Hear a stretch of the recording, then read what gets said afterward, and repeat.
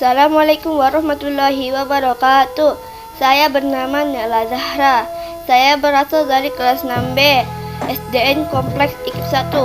Di sini saya akan menceritakan tentang sejarah pahlawan dalam memperjuangkan kemerdekaan Indonesia.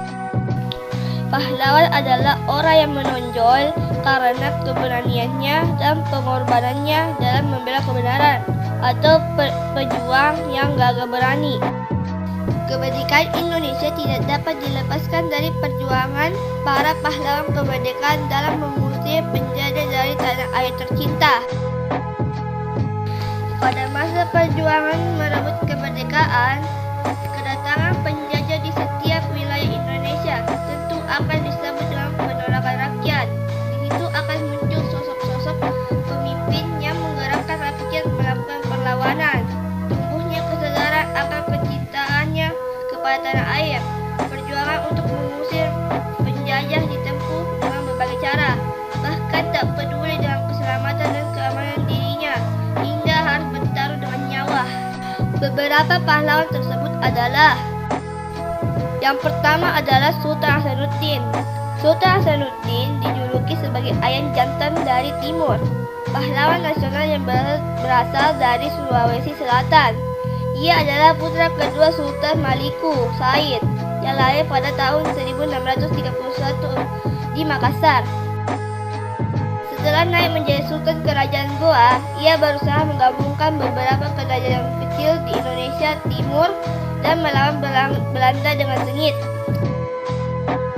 Belanda meminta bantuan tentara ke Batavia untuk menerobos benteng terkuat Goa, Sumbaopu, pada 12 Juni 1669. Akhirnya Sultan Hasanuddin mengundurkan diri dan wafat pada 12 Juni 1670. Yang kedua adalah Ki Hajar Dewantara. Sosok bernama Raden Mas Suwardi Soehardianingrat atau Ki Hajar Dewantara adalah pejuang pendidikan yang lahir di Yogyakarta pada 2 Mei 1889. Ia berperan besar dalam pendidikan Indonesia seperti menulis surat kabar dan mendirikan perguruan Taman Siswa pada 1929.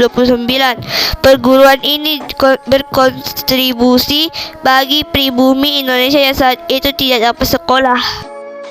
Yang ketiga adalah Raden Ajeng Kartini. Salah satu pahlawan nasional wanita paling dikenal adalah Raden Ajeng Kartini. Dia lahir pada 21 April 1879 sebagai anak dari Bupati Jepara. Meski berlatar belakang sebagai bangsawan, ia tidak tunduk pada aturan konservatif. Selama hidupnya, Kartini menjadi pelopor kebangkitan pribumi yang memperjuangkan kesetaraan hak perempuan. Ia memiliki misi mulia dan gigih mendirikan sekolah wanita bernama Yayasan Kartini pada tahun 1912. Sekolah ini berdiri di Semarang, Surabaya, Yogyakarta, Malang, dan lain-lainnya. Ia meninggal di usia yang sangat masih muda, yaitu 25 tahun, pada 17 September 1904 di Rembang. Kumpulan surat-surat Kartini lalu dikumpul dan diterbit sebagai buku berjudul Hawis Gelap Terbitlah Terang. Masih banyak pahlawan lainnya yang berperan dalam kemerdekaan RI. Di masa sekarang, setelah Indonesia bisa menikmati alam kemerdekaan, menilai sosok pahlawan tentu akan berbeda dengan pada masa perjuangan kemerdekaan dulu.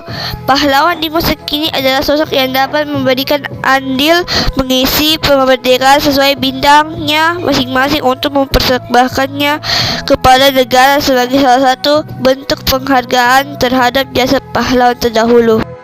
Demikianlah cerita saya tentang sejarah pahlawan dalam memperjuangkan kemerdekaan RI. Mudah-mudahan kita bisa mengambil hikmah di balik cerita tersebut. Sekian, Assalamualaikum warahmatullahi wabarakatuh.